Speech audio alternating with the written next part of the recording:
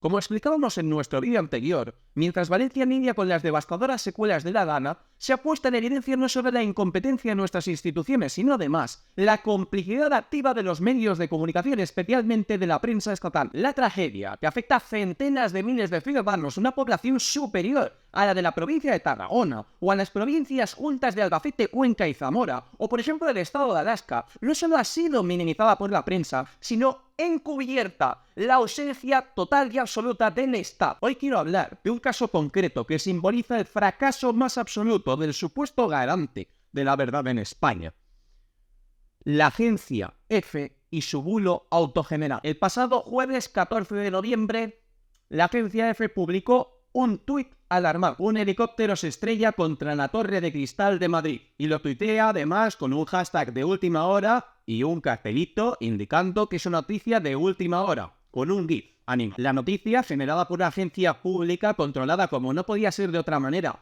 por un Estado que carece de separación de poderes, fue difundida a los distintos medios partidistas del régimen a los cuales se le distribuyen las noticias generadas por el Estado, y fue replicada rápidamente, sin verificar, por medios de alcance nacional como pueda ser La Vanguardia, La Razón o El Confidencial. La noticia resultó ser falsa, es decir, el supuesto accidente nunca ocurrió. Y no fue un bulo que se comió la agencia EFE que circulaba por las redes. Fue un bulo que se generó y apareció por primera vez en Internet por manos de la agencia pública EFE, controlada por el Estado. Horas después, como no podía ser tampoco de otra manera, EFE eliminó el tuit y publicó un comunicado en que señalaba que se trataba de un error técnico. Según ellos, se trataba de un texto de prueba generado por un alumno de periodismo que tenían en su agencia y fue publicado por confusión, por error, como tuit de última hora, con el hashtag de última hora y con el GIF de última hora. No sé ustedes, pero yo en primero de la ESO, cuando tenía 11 años, estudié una optativa de prensa y las noticias que me hacían escribir en esa optativa eran reales y verídicas. No me enseñaban a inventar noticias. Pero tampoco es muy sorprendente entendiendo el funcionamiento de esta oligarquía de partidos. Deben de inventar noticias para favorecer al Estado y defender al Estado del pueblo. Así que entiendo que quizás es posible que el alumno estaba fabricando noticias para practicar las habilidades que debe de desarrollar para trabajar en una agencia como... En cualquier caso, el relato oficial está plagado de inverosimilitudes. ¿Cómo puede una agencia estatal controlada por el Estado, en este caso a cargo de una persona del PSOE de confianza de Pedro Sánchez, puesta a dedo, como no podía ser de otra manera que hubiera sido del PP si en estos momentos estuviera gobernando un presidente del PP?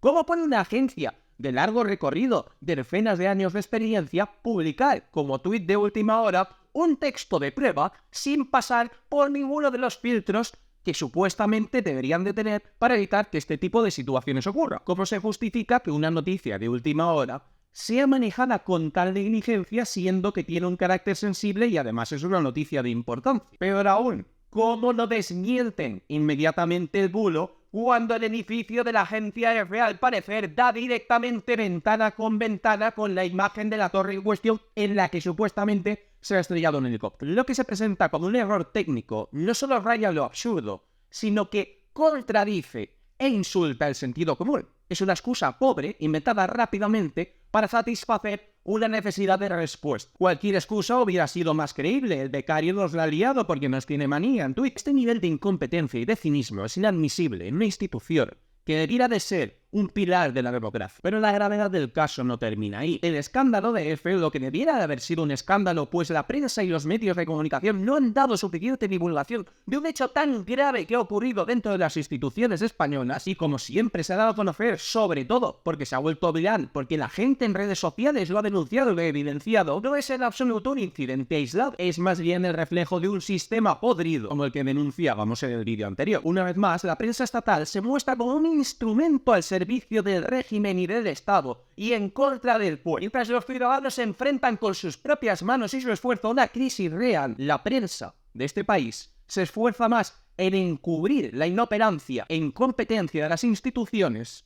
que de defender la verdad. Un contexto político donde los gobiernos utilizan constantemente la palabra bulo para deslegitimar cualquier narrativa que sea desfavorable a sus intereses partidistas. En ese contexto, digo, resulta revelador que el bulo más descarado haya sido generado de manera directa por la prensa estatal, más concretamente por la prensa pública controlada, que no debiera de ser controlada por el gobierno. Estamos ante un simple error, ante un ensayo deliberado de manipulación mediática, ante quizás un intento de ataque de falsa bandera. Desde luego, con la prensa que tenemos en este país, nunca lo sabremos. No podemos seguir ignorando el papel de la prensa como cómplice del régimen. Los medios de comunicación, lejos de ser un contrapeso crítico, se han convertido en los guardianes de un sistema que nos oprime. Sus mantras son la manipulación, el encubrimiento y la propaganda, cuando debieran ser la fiscalización, la transparencia y la verdad. Es hora de señalar conjuntamente y de forma unida, pacífica y sin ideologías, a la prensa como lo que es: